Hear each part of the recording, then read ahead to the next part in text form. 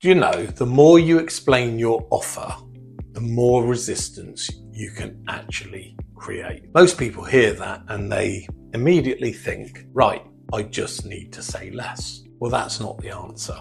In fact, if you take that advice literally, you'll probably make your sales situation worse, because the problem isn't explaining, the problem's when and why you're explaining. There's a concept in psychology called psychological reactance. It was introduced by Jack Brehm in the 1950s or 60s, and the idea is simple. The moment someone feels like their freedom's being restricted or they're being pushed towards a decision, they resist, they pull back, and they create distance. Most salespeople are triggering this without even realizing they're doing it. Not because they're aggressive, not because they're pushy, but because of something far more subtle. You'll hear advice like, don't over-explain, keep it short, say less, which sounds smart, but it misses the real issue completely, because explanation on its own doesn't kill sales. Let me be clear, it's not too much explanation that creates resistance.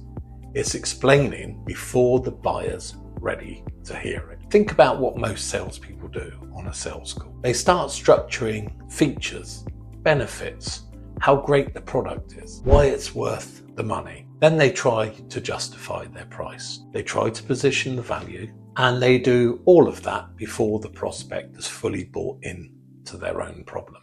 So what happens? The prospective brain goes into defense mode, not consciously, but subconsciously.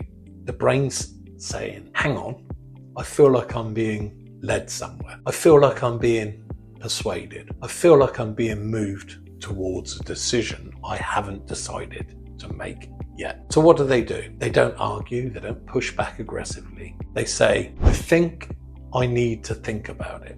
Let me speak to my partner. We're getting more quotes. It's a bit expensive. And most salespeople think that's where the problem lies, but it isn't. That's just where it shows up. The real mistake happened earlier, when you started explaining before they were emotionally committed to solving their own problems. Because here's the truth, if someone's not fully convinced of their problem, they'll never be convinced by the solution. You can explain it perfectly, you can present it clearly, you can justify every part of your offer, and they will still hesitate because you're answering questions they haven't fully asked themselves yet. So when people say explaining kills sales, that's lazy thinking. The real issue is this: premature persuasion creates resistance, not explanation. Premature persuasion, you'll also hear people say, the way to fix this is to make the prospect feel safe to say no. And that is partly true, but on its own, it's not enough. There are plenty of salespeople who don't apply pressure, stay relaxed, ask questions, give the prospect space, and still don't close their business because they're missing something critical. There's no structure to the conversation, no depth to the why, no control of progression. High sales isn't about talking more or talking less.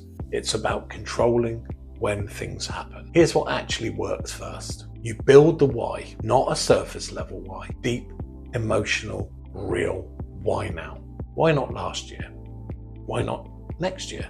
What's actually driving this decision? Then you expose the cost of doing nothing. Clearly, calmly, without pressure. Then you get them to verbalize their own problem in their own words. Now, and only now, have they earned the right to hear your solution. Then you briefly explain precisely what's relevant to what they've just told you. Then you move towards a decision. When you follow that structure, there's no resistance because there's no pressure.